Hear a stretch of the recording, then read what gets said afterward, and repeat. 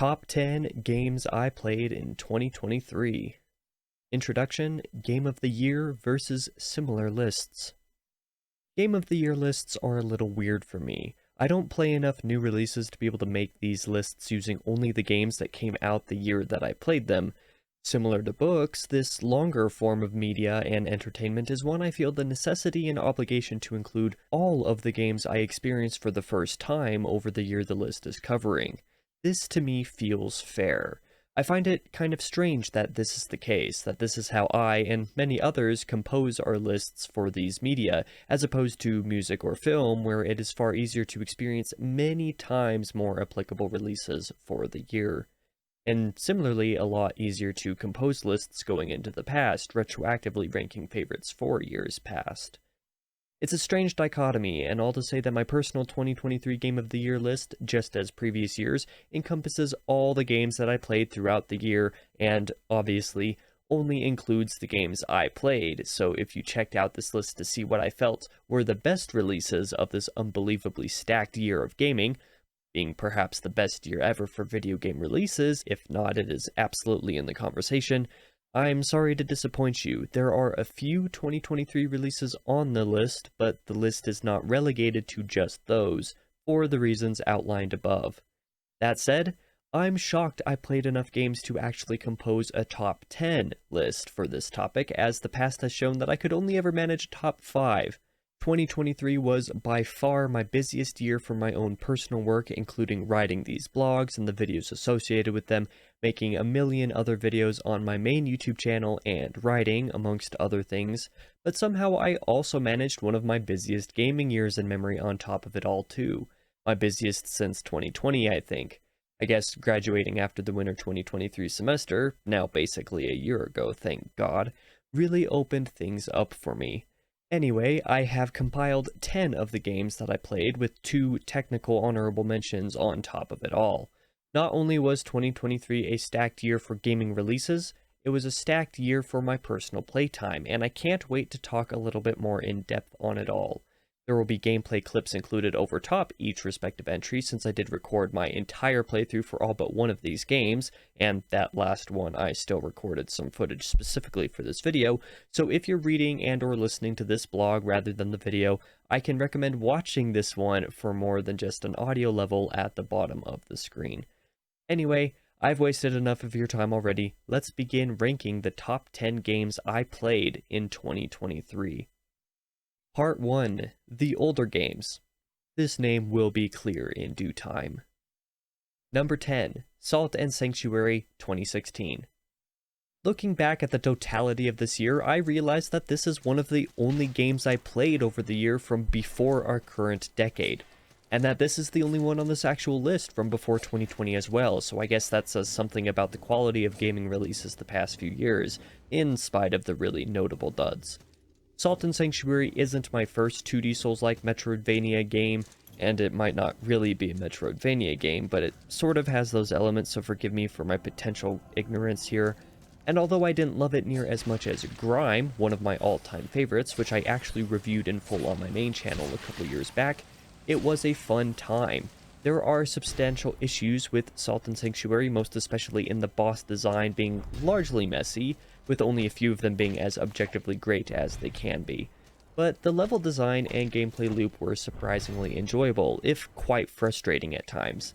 Enemy design alongside boss design could often be hit or miss, but I still quite enjoyed the process of getting 100% completion in this game alongside the Platinum Trophy.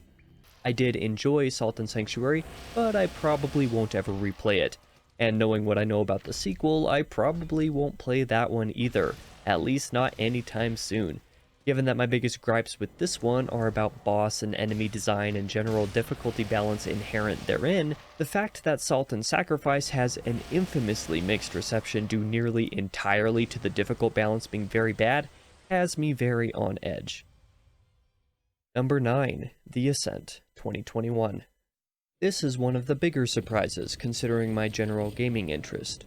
I don't often play isometric games, and rarely adore them, but I tend to enjoy them at least enough to not think badly of them.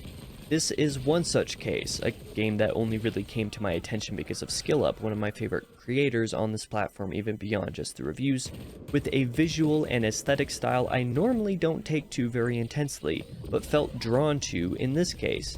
I'd say completing a 100% playthrough took a few hours longer than I would have liked, but the distinction between the various areas, the various weapon types, and even how goofy and great dumb fun some of the questlines go made my time with it worth the time.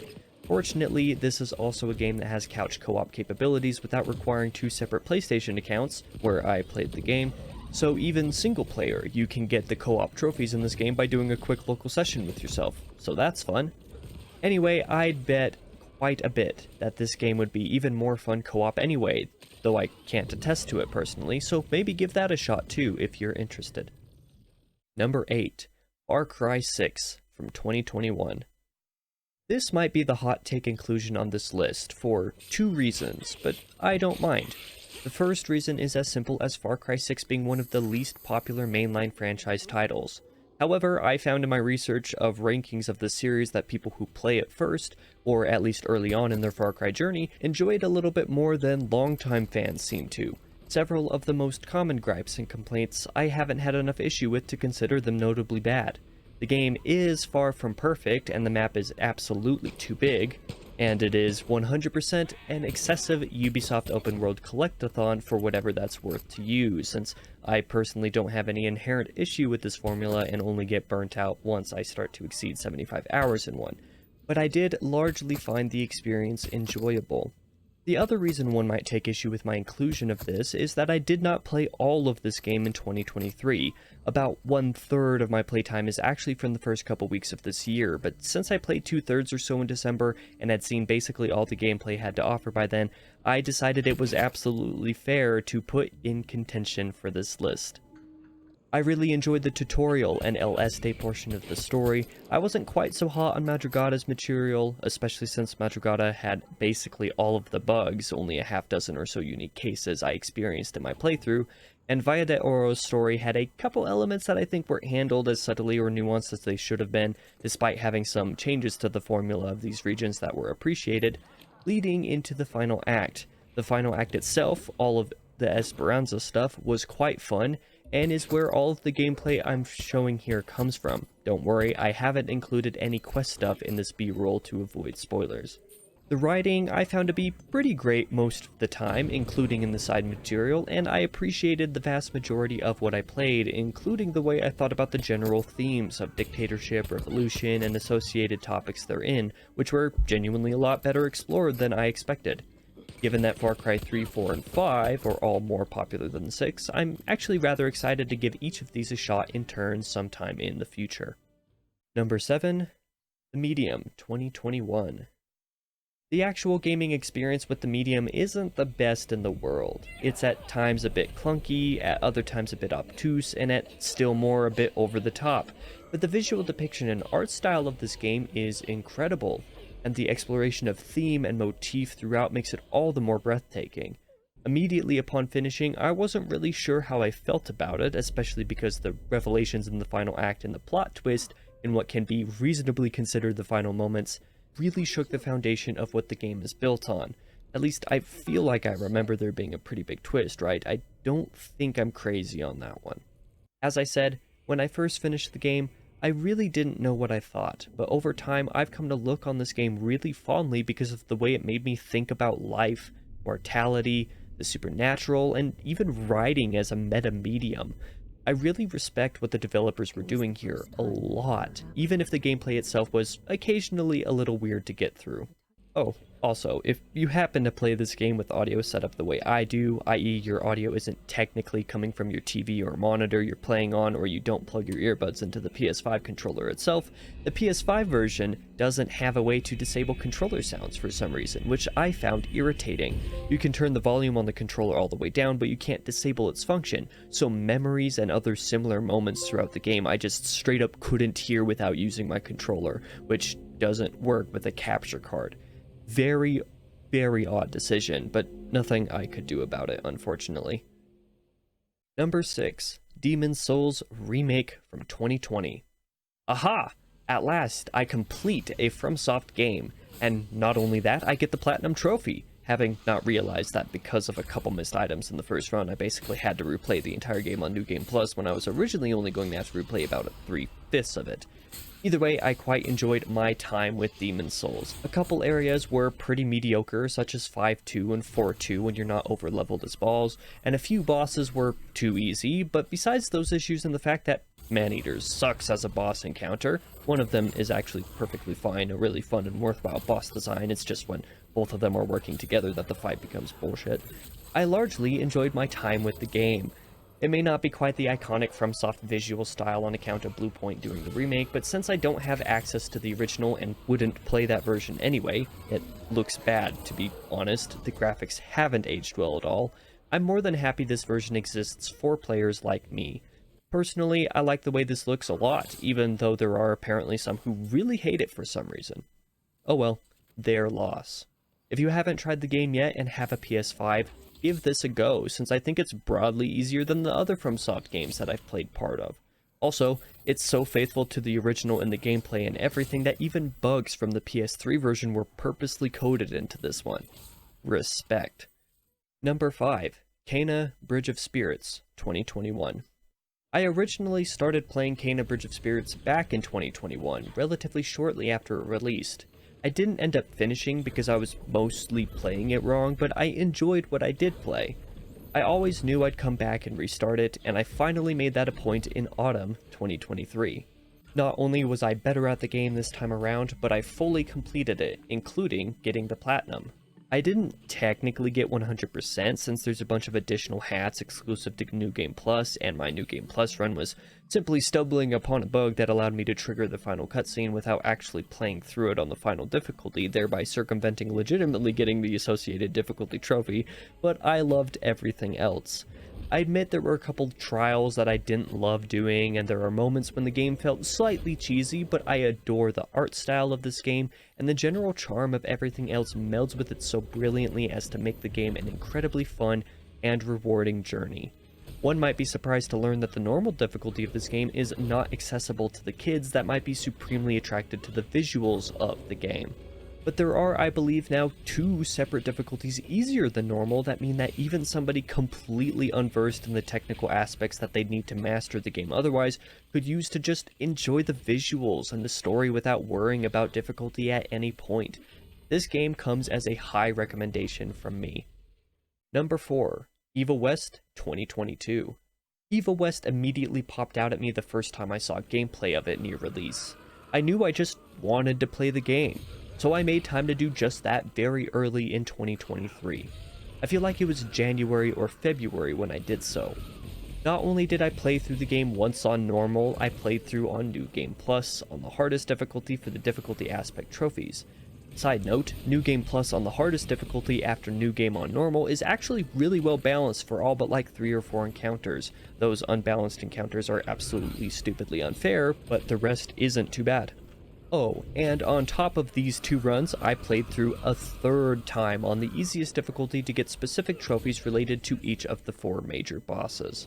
Evil West is fairly short with an at times strange story, but the gameplay loop is stupendously addictive and the general aesthetic is fantastic. I cannot recommend this game highly enough to anybody who has interest. I wish I could have got this blog and video out in January when this game was part of PlayStation Plus Essentials free games every month, but even so, this game is worth buying in my opinion. I'll admit by the end of the 3rd run I was a little burnt out on it and didn't want to play it again, but I think about this game often and have considered giving it yet another go in the time since. Given that I enjoyed this game so much, what could possibly be in the top 3? Part 2, The Honorable Mentions. Diablo 2 Resurrected, 2021. Well, we'll get to that in a minute, obviously. First, I want to give a brief shout out to Diablo 2 Resurrected for being good fun for the relatively short time I've spent with it so far, of course starting in 2023, hence the inclusion on this list.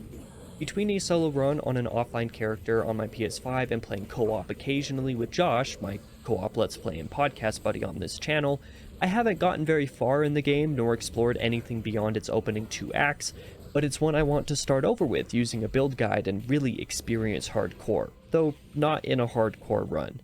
I feel like if any game is going to really familiarize me with this isometric ARPG looter gameplay loop broadly speaking, it might as well be this. Then I want to be able to play Path of Exile 2 when that launches as one of my long-term games, because that game looks like it's going to be absurdly fantastic. The Legend of Zelda: Tears of the Kingdom. Oh, and I suppose I should at least mention this game, even though I'm nowhere even near finishing it, because it's great. My first handful of hours with this game could have a spot in the top 3 or even number 1 spot on this list, but because I've experienced so little of it, it's hard to justify doing so even by my fairly low standards for a list like this. If you want to know how I feel about this game so far as I have played, there are 2 episodes of Zelda Talks that I did with a friend discussing the tutorial of the game in one, and the Wind Temple in the other from several months ago, which is as far as I have played. Check those out if you're curious. Otherwise, let's jump right into the top 3. Part 3. The top 3. Number 3, Final Fantasy XVI 2023. Wow, there are a lot of 3s in this heading. After nearly all of the games previously featured on the list came out in 2021, and one of those other games, despite releasing in late 2020, wasn't playable until 2021 because of PS5 shortages, RIP supply chain issues in 2020 through 2021, it might be a surprise to find my first 2023 release to find its way onto the list, of course not counting Tears of the Kingdom as an honorable mention. The irony is that all 3 of these top 3 were released this year, adding a reason to split the blog the way that I did, including titling Part 2 as the older games, since they all were pre-2023. When it comes right down to it, after writing what I just did about Evil West, I realized that it might be better placed here at number 3, and this game better reduced to number 4 status, but for the sake of this organization, I'm fudging up the order a little bit. Anyway, Final Fantasy XVI. What a controversial title. First off, it wasn't really a whole lot of an RPG, which was fun, even if it deviated from the broadly expected and accepted Final Fantasy design. Additionally, there were certain nitpicky problems with its pacing, almost entirely due to the worst aspect of the game, the quest design. Being designed by an MMO team meant that the quests were very much of that fetch quest, busy work bullshit that quests in those games tend to be, more for the experience and reward than for the quest itself.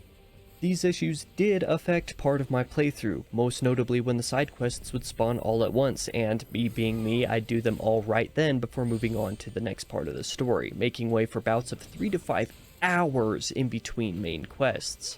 Of course, one can ignore all of these green side quest items and move on with the story, but if one has to do that to avoid pacing or whiplash issues, it usually means the quests of the game were very poorly designed in the first place.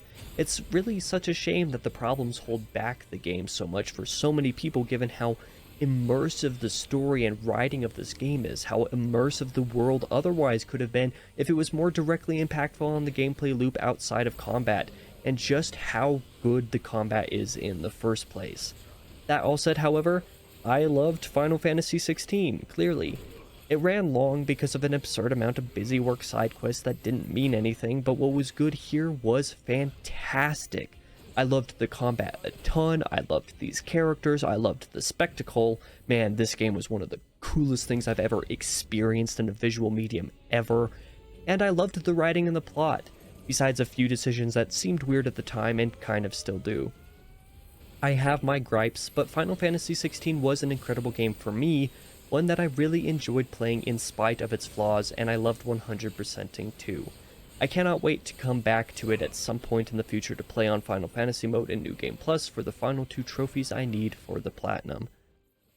Number 2, Spider-Man 2, 2023.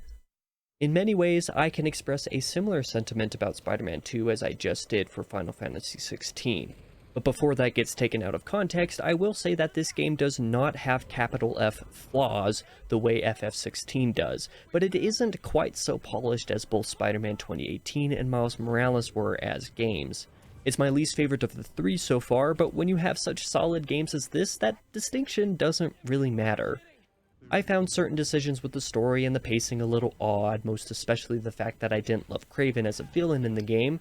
Everything that Kraven's existence and presence caused elsewhere in the story was really, really good, but I didn't love him. It's kind of a weird thing to gripe about, but just about everything else was fantastic.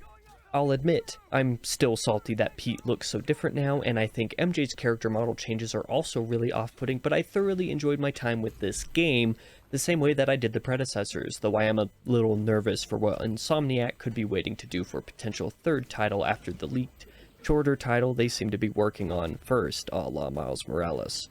Oh, also, Venom is incredible in this game. I think the game would have been better if we didn't know he'd be in it before it came out, but I loved what happened with that material. And also want to note that the continuation of character and story arcs from the first couple of games were great here as well. Number 1, Remnant 2, 2023. Anybody who's read my 2021 Game of the Year blog might not be too surprised to see this game up here. I'm not. Remnant 2 is fantastic. Even people who didn't love or didn't play the original Remnant from the Ashes love this game. The fact that Remnant 2 exists at all is a miracle to me, because the original was by no means a hugely successful game, although the people who did enjoy it really enjoyed it, such as myself. That this exists now and accrued 1 million sales in the first couple weeks is simply unbelievable, and I'm so happy we're likely to see more of this format with yet more innovations. Speaking of, Remnant from the Ashes was a fairly simple game. It meshed a lot of different styles and subgenres into one game in a way I don't think anybody expected to work as well as it did, and it polished that loop to a degree that even without a whole lot of story, there's plenty of lore though, the game itself was so damn fun to play. It quickly became an all-time favorite of mine as somebody who typically cares far less for gameplay compared to story, writing, and other similar elements. What Remnant did well, Remnant 2 somehow does even better. What Remnant did serviceably, Remnant 2 turned into something notably substantial and great. And what Remnant didn't have or didn't do as well, Remnant 2 included or actually makes really good. With an endlessly replayable loop and more than ample opportunity to collect loot and archetypes, the game's equivalent to classes, and actually make a really intricately good build to take into harder difficulties, and with even more to experience than the first game already did, I never see myself getting tired of this game. I played through all the way on normal difficulty both for myself and in a co-op run that should eventually come to this channel at some point this year. I already started to run on my solo character on the next difficulty, and Josh and I are currently collecting additional loot and archetypes and leveling those items and looking into builds to take with us into our co-op runs on harder difficulties. The fact I've played through twice, spending about 50 hours in the game so far with no end in sight, and still a lot more I have yet to even see for the first time. Josh and I met a couple bosses in areas neither of us had yet between our 3 combined runs while gathering archetypes the other day. I cannot wait to play more Remnant 2. I'm so happy for the success Gunfire Games has seen with this after I already adored the first game, and I can't wait to see what they do next. I will gladly spend a couple hundred more hours in this game while I wait for the next iteration. Conclusion. At what cost? Whew, that was a little longer than I expected, and I anticipate the editing process is going to be an absolute pain in my ass. There's a good chance this video takes an entire month to produce, even beyond the completion of this script. Anyway, as I said at the top of this ranking, 2023 was a banger year for game releases, but there's a specific reason I say game releases rather than gaming. Far bigger and more eloquent essayists and gaming news figures have covered the topic a lot better and a lot more in depth than I could ever hope to hear, but the gaming industry itself has been in a state of chaos and turmoil. Layoffs alone for employees in the industry have been immense for seemingly little to no reason in many cases. It is incredibly disappointing that a year so chock full of incredible game releases, balanced by 4 of the worst games released in recent memory, strangely enough, could be so bad for the people making those games. Not to mention other disastrous problems, such as the hack on Insomniac that resulted in the doxing of employees' information, which is an outright shame. Unfortunately, there's not much that we as simple game enjoyers can do about any of it, but it is very sad nonetheless. Anyway, what did you guys think of my list? What were your favorite games of the year, whether they came out in 2023 or not? Please let me know, because I'd love to hear it. Thank you guys so much for watching. I'll see you all in the next video, whatever and whenever that is.